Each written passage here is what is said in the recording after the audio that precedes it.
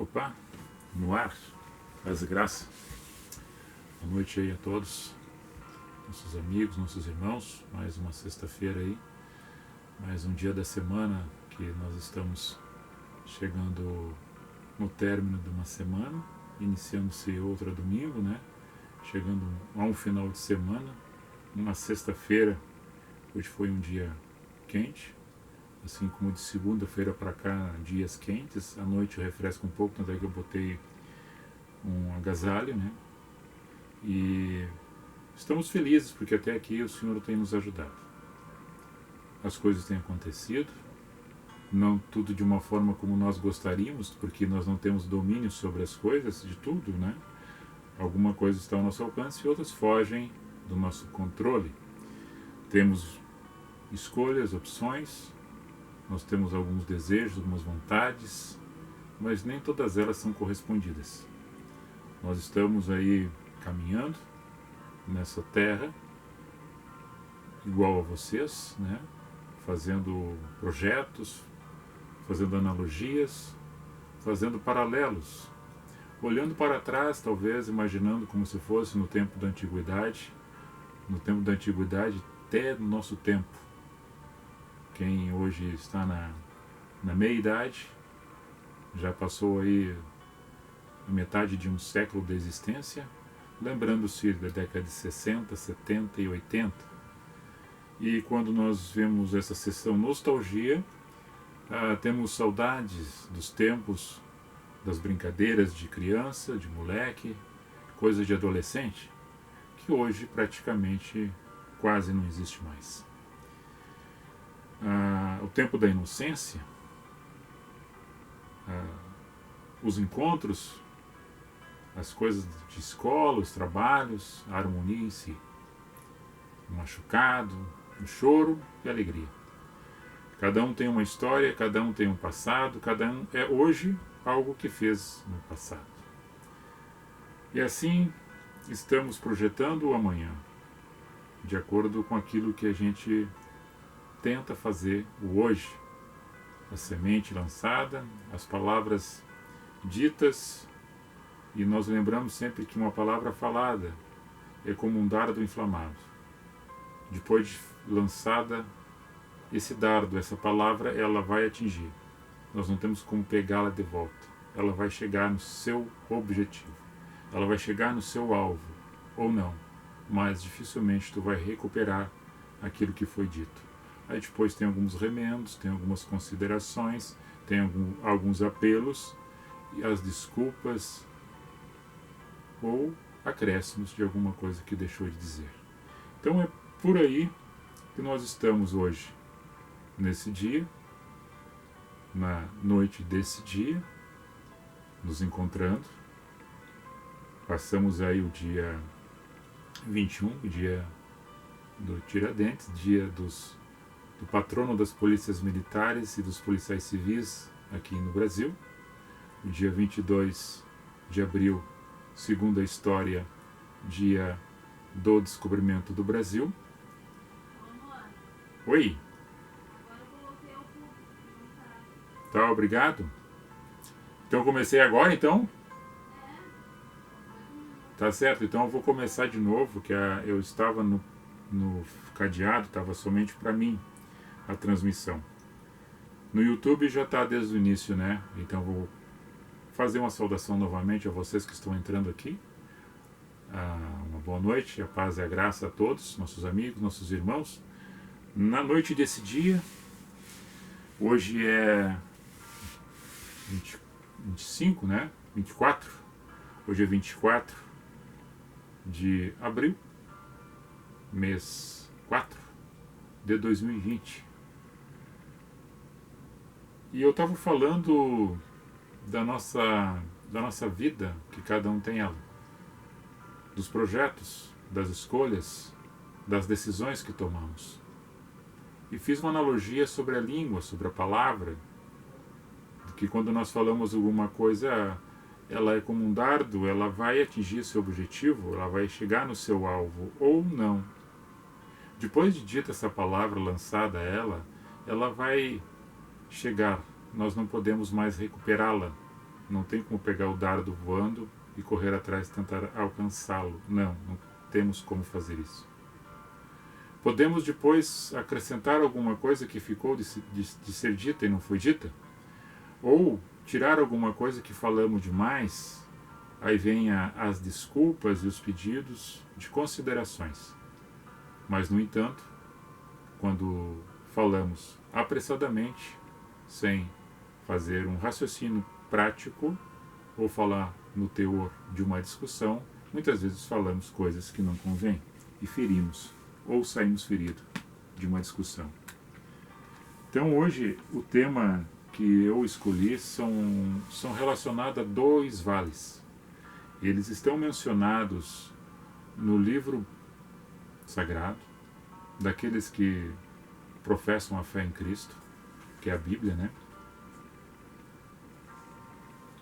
O primeiro, que é chamado pelos historiadores, né, pelos apologistas, chamados pais da igreja, do Vale da Decisão. 2 Crônicas, capítulo 20, que narra um pedaço da vida de Josafá, que foi um rei que reinou na terra de Judá. E depois nós temos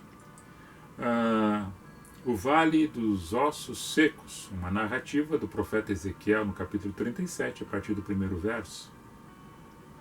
Então nós vamos fazer um paralelo desses dois assuntos e vamos nos colocar no meio disto, para ver onde é que nós nos encontramos, ou se nós ainda não estamos nesses lugares, e quem somos nós nesses ambientes. Essas narrativas, essas histórias, eu sempre trago um paralelo da circunstância do hoje, do momento espiritual que você e eu estamos vivendo. Nós não vivemos isolados, nós somos pessoas que convivemos com outras pessoas, dentro de casa, na sociedade, no local de trabalho, enfim, com várias outras comunidades. O nosso sentido e aquilo que fizemos ou deixamos de fazer corresponde para muitas outras pessoas a alguma coisa de bom, de mal ou péssimo, ou alguma coisa que podemos contribuir. E nessa construção que eu e você fizemos, que são as nossas decisões, que são as nossas escolhas e as interpretações daquilo que Deus mostra para nós, na nossa caminhada, para que a gente consiga construir uma sociedade mais digna, mais ordeira e mais pacífica e principalmente cheia de amor. Amados amigos, nós estamos vivendo um tempo difícil em todo o planeta. A história se repete em vários ângulos de visões, em várias épocas e traços de doenças, enfermidades, guerras e corrupções do gênero humano.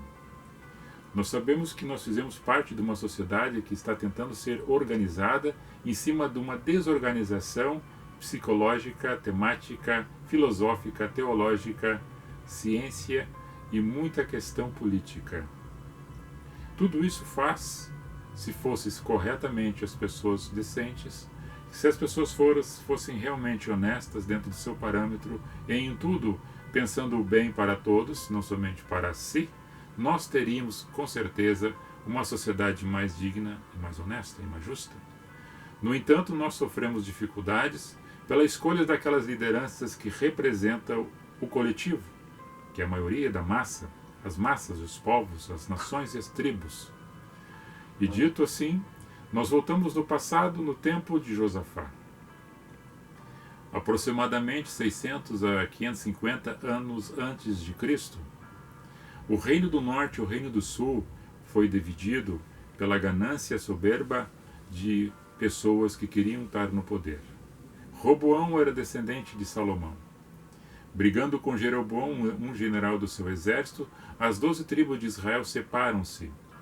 10 vão para o norte, fundando Samaria como sua capital, e as outras duas, Judá e Benjamim, ficam em Israel. E ali, desde então, nunca mais se entenderam.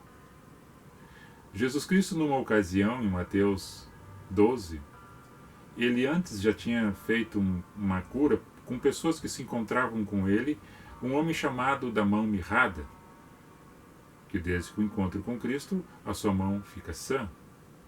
Na sequência, trazem para ele uma pessoa muda e surda, ou seja, muda e cega. Ao toque de Cristo nessa pessoa, nesse homem, nesse cidadão, ele começa a enxergar e a falar, ou a ouvir. Tem que buscar ali certinho para não ter dúvida. A princípio houve uma cura. Só que os fariseus que estavam vendo isso, quando souberam disso, disseram que quem fazia isso era somente um que era acima dos demônios, porque ele fazia milagre, porque ele era o chefe dos demônios. Eles não creram em Cristo e nunca creram em Cristo. Tanto é que os dois sacerdotes, Anás e Caifás, sacerdotes que atendiam dentro do santuário, no templo, dos religiosos, que entregaram a Cristo por inveja, por maldade, por rancor e por achar que Cristo não era o enviado, o Mestre.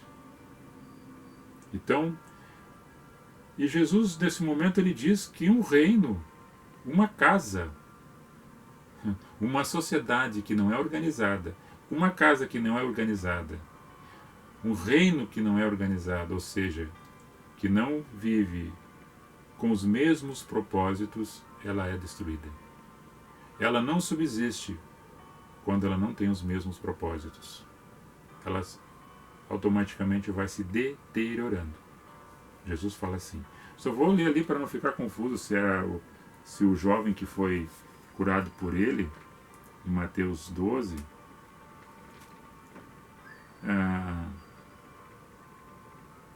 e ele era cego e mudo. Ele não enxergava e não ouvia. Jesus deu visão para ele. E deu visão. Visão e audição. Então, um reino não subsiste. Uma casa não subsiste se ela for dividida. Ela tem que estar compactada, tem que estar unida. Agora, o que nós temos que ver com essa visão lá com Josafá, que os amonitas e os moabitas vêm, se levantam como uma grande nação para pelejar contra Judá. E quando os soldados vêm trazer essa notícia para Josafá, ele temeu, porque seria destruído, ele não tinha condições, não tinha exército para enfrentar os seus adversários. As tribos de Moabe e Amon eram descendentes de Ló, e se formaram grandes exércitos de adversário de Israel. E nessa ocasião se levantaram para ir de contra a Josafá, o rei de Judá.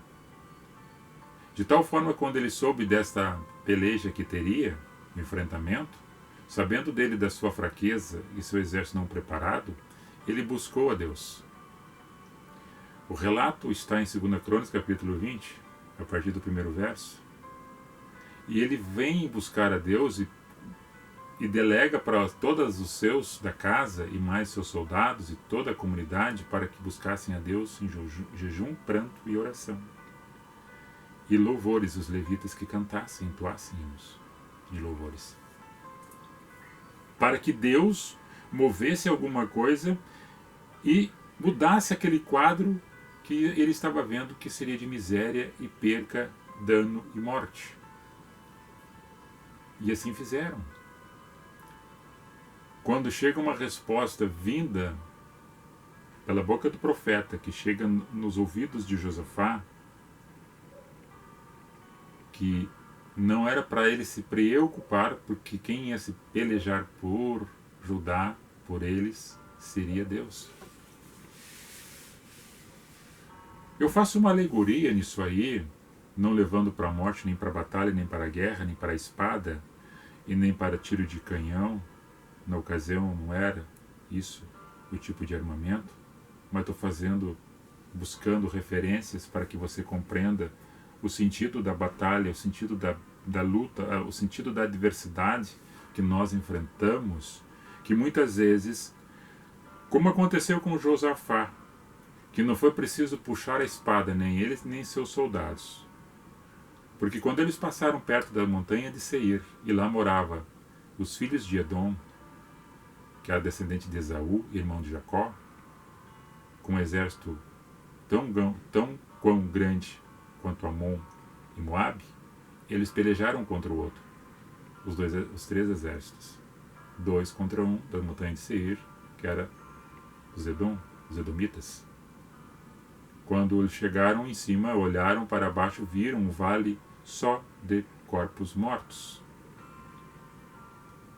E aí a resposta veio, que Deus tinha pelejado por eles, fez com que eles mesmos brigassem entre si e eles não precisaram nem lutar. Somente juntaram os despojos que ficou da batalha, as riquezas dos 3 exércitos que ficaram ali, os corpos assim estendidos, por 4 dias recolhendo despojos, levando para eles, para Josafá, para o seu reino, para suas casas, para suas tribos, para o seu povo. Trazendo para os dias de hoje, muitas vezes você e eu, nós passamos por dificuldades, passamos por lutas e olhamos que parece que é tão grande, que parece que é difícil transpor ou transpassar ou passar, ou tentando olhar aquela montanha que Jesus disse que se nós tivéssemos ou tenhamos uma fé menor do que um grão de mostarda, que é uma das menores sementes que existe, que é do grão de mostarda, se nossa fé for menor do que este grão de mostarda, a gente vai falar para este monte, para esse monte de problemas, para esses monte de adversidade, para essas circunstâncias negativas que estão à nossa frente, dizendo, eu vou transpassar esse monte, eu vou lançar esse monte de problema nas profundezas do mar, no mar do esquecimento. Eu vou superar, eu vou conseguir atravessar esse problema, essa adversidade. Isso é fé. E Jesus diz que a gente consegue isso.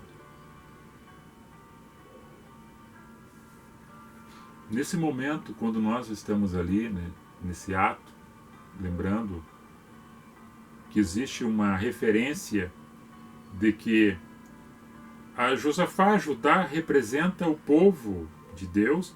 Josafá e Judá representaria a igreja, o corpo em Cristo, a igreja, pessoas em Cristo, naquele momento. E nós poderíamos trazer para o Novo Testamento palavras de Atos, Romanos, em Lucas, em Marcos, que fala desses momentos, que a igreja representando o povo representando a igreja, a tribo de Israel representando o povo de Deus escolhido. Mas como assim? Deus não faz acepção de pessoas? Claro, mas pelas nossas escolhas nós nos identificamos com aquele que é amor. Se nosso comportamento é diferente daquele que ama, que perdoa, que é justo, e nosso comportamento é diferente, nós nos distanciamos daquele que é o dono da vida e da verdade e da justiça. Então nós temos as consequências agravantes em cima de nós mesmos pelas nossas próprias culpas, escolhas e decisões que tomamos. Isso é fato. Então a parte da espiritualidade que eu me refiro nestes textos, e eu trago os contextos que eu acabei de falar, aqui em Atos 2, Romanos 10, Marcos 13, Lucas 21, e Apocalipse 6 e Apocalipse 9, que fala desses momentos de igreja, povo escolhido, nação, dificuldade, fim dos tempos, e a igreja prevalecendo. Diminuindo talvez a questão de tantas pessoas que eram menores, mas sempre aquele espírito maior de Deus lutando e pelejando pela sua igreja, aqueles que estão em Cristo.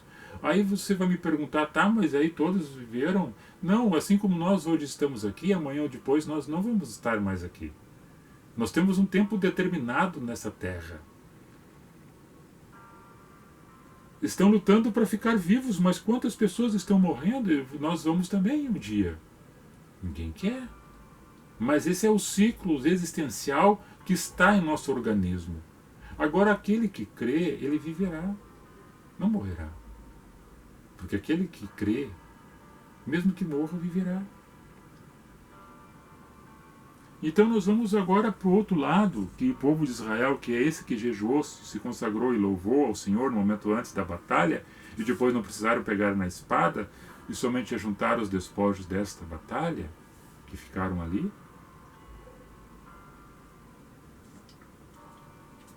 Nós vamos para Ezequiel, no capítulo 37, que ele ouve a voz do grande Espírito ecoar dentro do seu coração. A sua mente talvez ficou um pouco em transe. Será que eu estou em corpo? Será que eu estou viajando? Será que eu subi? Será que eu desci? Onde é que eu estou?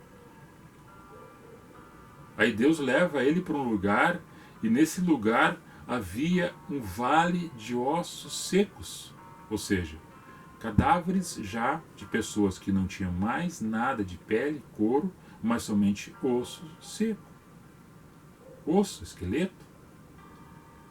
E aí faça-se uma pergunta para ele, para que ele entendesse, ouvindo a voz do grande Espírito, o Yahvé, Yeshua,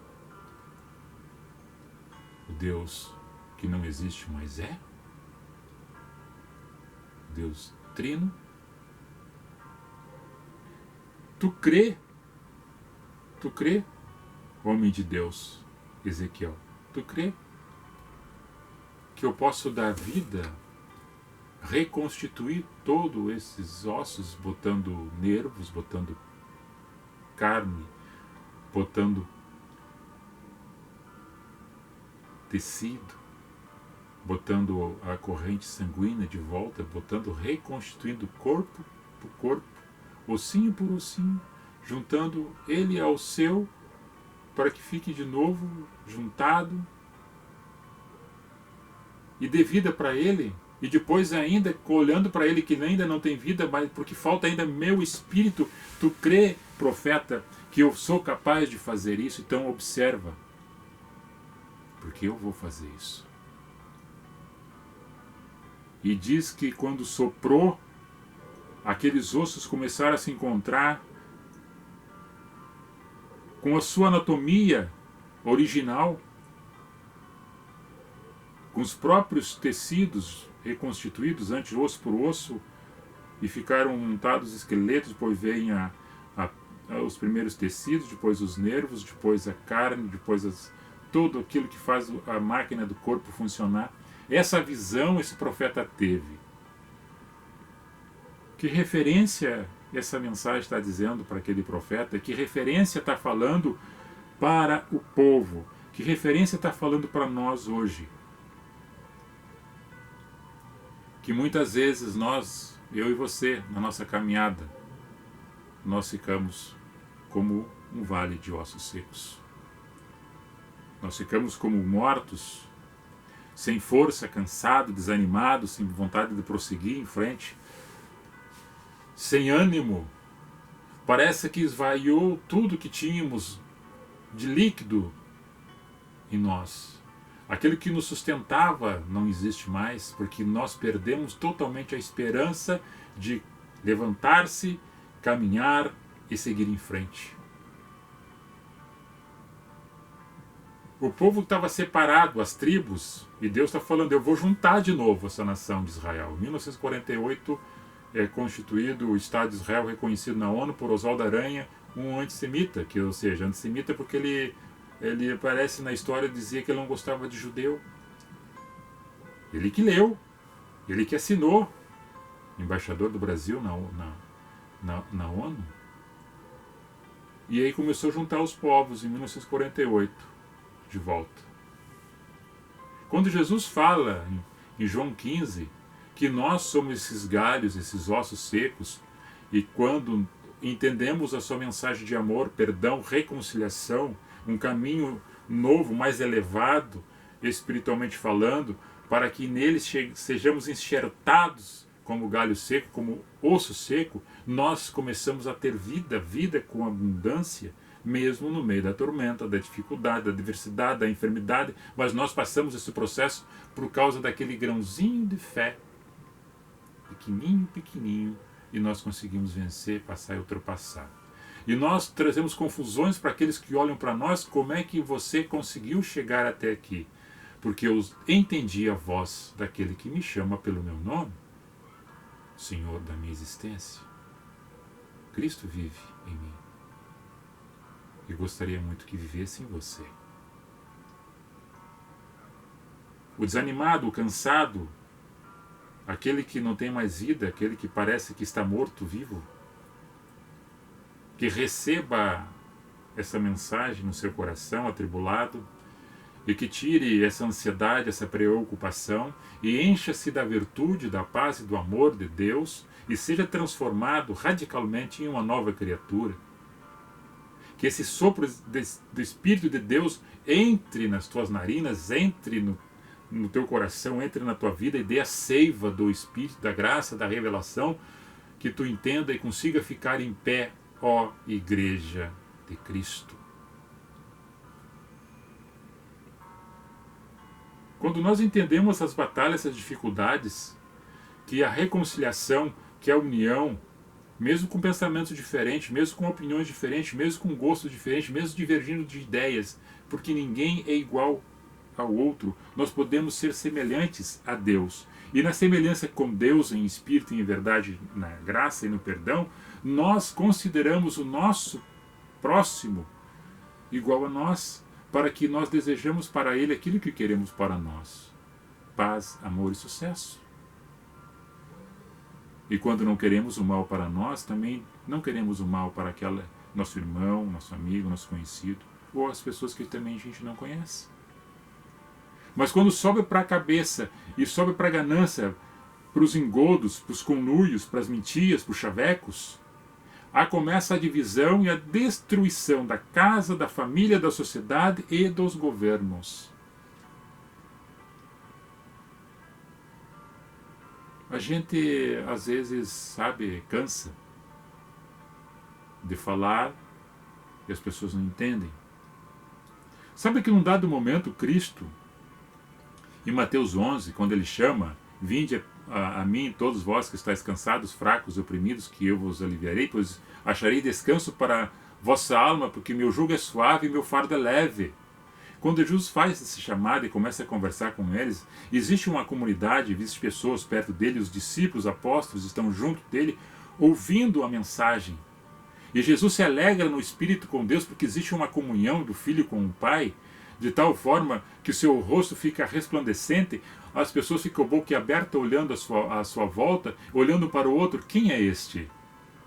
E quando existe essa indagação no coração de cada um, Jesus faz a leitura e sabe o que está acontecendo com essas pessoas, simples, na sua ignorância iletrada, mesmo que conhecesse todos os livros dos fariseus, todo o Pentateuco, e criado aos pés de Gamaliel, que era o doutor da lei, uns renomados na época, que Paulo aprendeu com ele, Saulo de Tarso.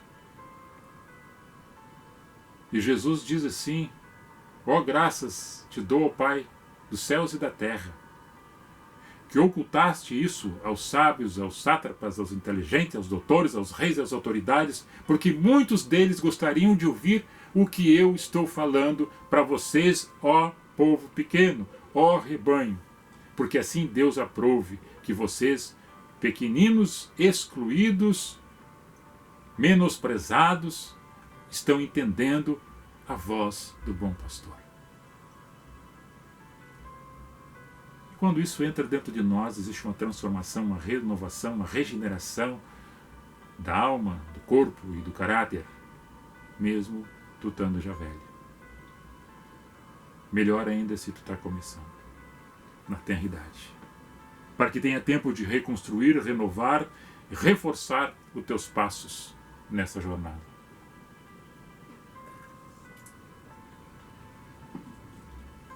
Para não dizer que eu não li nada, eu vou ler o texto de Mateus 12.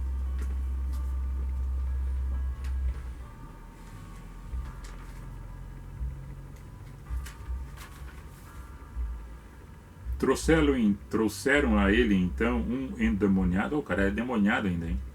Cego e mudo, Ele não enxergava e não falava. De tal modo que Jesus curou-o. E agora ele falava e também via. E toda a multidão se admirava e dizia: não é este o filho de Davi? Ou seja, da descendência de Davi, da tribo de Judá.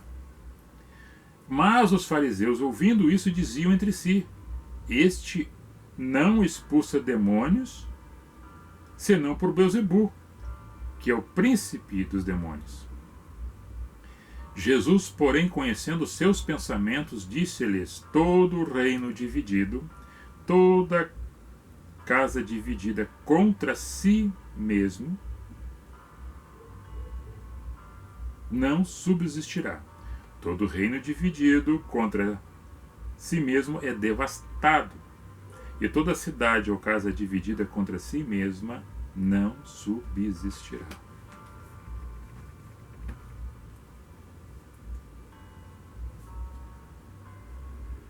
As pessoas hoje estão brigando por cargos, as pessoas hoje estão torcendo para que o governo dê errado, as pessoas hoje estão torcendo que vire um caos, um problema maior. As notícias, a mídia gosta de mostrar muita morte, muita cova, eles gostam de vender o medo para as pessoas. Quanto pior, melhor. Existe uma divisão muito grande em nosso país. As pessoas não respeitam mais as autoridades. As pessoas ficam torcendo para que tudo dê errado. Na sociedade, muitas vezes, quando tu começa a melhorar, alguém está torcendo que dê errado para ti. Não existe um respeito. Não existe uma consideração. Eu não estou generalizando. As pessoas com a sua inveja ou sua incapacidade de realização, ou ignorância de ter estado no momento e não conseguiu fazer, ou estando lá somente fez o principal, que era para ajeitar os seus e vender riquezas e aumentar o seu reinado, não pensou na coletividade. Não colocou-se como um corpo, uma cabeça nesse corpo, como Jesus cuidou da igreja, a sua noiva, ele sendo essa cabeça desta igreja, e pensando e amando e a protegendo-a. E eu falo disso de uma forma de pessoas com amor para o povo. Quando nós entendemos que existe a ganância, o erro, a mentira, o ódio, a destruição. Se eu falo que é bom, os outros vão dizer que é ruim. Quando eu digo que é ruim, os outros vão dizer que é bom. Se eu vou dizer vai, eles vão dizer fica. Se eu dizer fica, eles vão dizer vai. Tudo ao contrário. E aí eu pergunto, aonde que vocês querem ir, povo? Para que lado que vocês querem ir? Qual é a decisão que vocês vão tomar? Será que vocês ainda querem ser esses ossos secos? Vocês são da tribo de Josafá que não vão precisar lutar, nem puxar a espada? Ou serão que estamos lá como os amonitas, os moabitas, ou do Monte Seir, descendo junto com os descendentes de Esaú, que serão todos destruídos? Quem tu é nessa história? Tu está buscando a Deus em oração? Tu está te consagrando a Deus para que Deus peleje por ti? Ou tu acha que tu vai matar, que tu vai destruir, que tu vai fazer acontecer e tu não precisa? Que é o teu braço forte, é que a tua sabedoria te trouxe até aqui e tu não precisa desse Deus Espírito. E quanto ao vale dos ossos secos, quem é que vai me chamar para agora reconstituir a minha vida? Porque eu estou caído dentro de uma vala, estou esquecido na sociedade, estou sendo ignorado. Não, eu tenho o meu, não importa os outros. Aonde tu se encontra nesse cenário? Tu é o profeta? Tu é aquele ossinho que está lá, que vai receber a bênção e vai reconstituir a tua vida? Tu é aquele que estava endemoniado, que não enxergava? e não falava? O que tu é nesse cenário? Tu é aquele que agora é tocado por Cristo, agora tu consegue ver, enxergar, falar, pular, sorrir? Ou tu é aquele fariseu que fica dizendo, ele é endemoniado? Ele não faz isso, não faz mais porque ele é subjugado pelo demônio? Ele é um Beelzebub? Quando faz alguma coisa de bom. Ou quando erra, dizer, nada mais eu esperava mesmo, porque só vem coisa ruim daquele lugar. Como é que tu está nesse cenário? Como é que nós nos encontramos nessa história? Sabendo que tu e eu estamos escrevendo a nossa história. Só que nós vivemos dentro da coletividade. Os nossos passos, as nossas decisões refletem para muitas pessoas. Eu digo de novo, a começar dentro da tua casa. A palavra de Deus era essa. Que Deus os abençoe, que dê sabedoria, que dê muita saúde e paz e que tenham um final de semana cheio de alegria, paz e moderação, juntamente com seus familiares, amigos e assim por diante. Amém? Ver quem é que entrou aí. Estou concorrendo com o Jornal Nacional, com o SBT, nesse momento, horário nobre, né? Fazer o quê? Ali eu vejo algumas pessoas, alguém falando, sabe, coisinhas e tem 2, 3 mil pessoas assistindo. Agora, se você entendeu a mensagem, se gostou dela, se não gostou também, diga, não gostei, pode colocar sem problema nenhum. Aqui é democracia. Se gostou, compartilhe. Eu também estou fazendo no YouTube esse mesmo vídeo. Estou botando no YouTube. E daí, se você queira e desejando, inscreva-se em o nosso canal. Eu estava contando outro dia, eu não tenho mais 700 vídeos gravados, eu tenho mais de 900 vídeos gravados de diversos temas e assuntos. Então se inscreva lá e nos suporte um pouco mais, se assim for paciencioso para ter tempo de escutar 37 minutos de diálogo aqui com vocês. Certo? Vou buscar ali quem está. Noeli Hoffman, paz do Senhor, irmã. Deus abençoe a senhora, sua família. Obrigado aí pelo carinho. Vou encerrar aqui nosso vídeo. Não consigo visualizar mais ninguém aqui. Mudou aqui o cenário da configuração, não consigo encontrar. Shalom. Fui. Goodbye. Deus abençoe a todos nós. Tchau.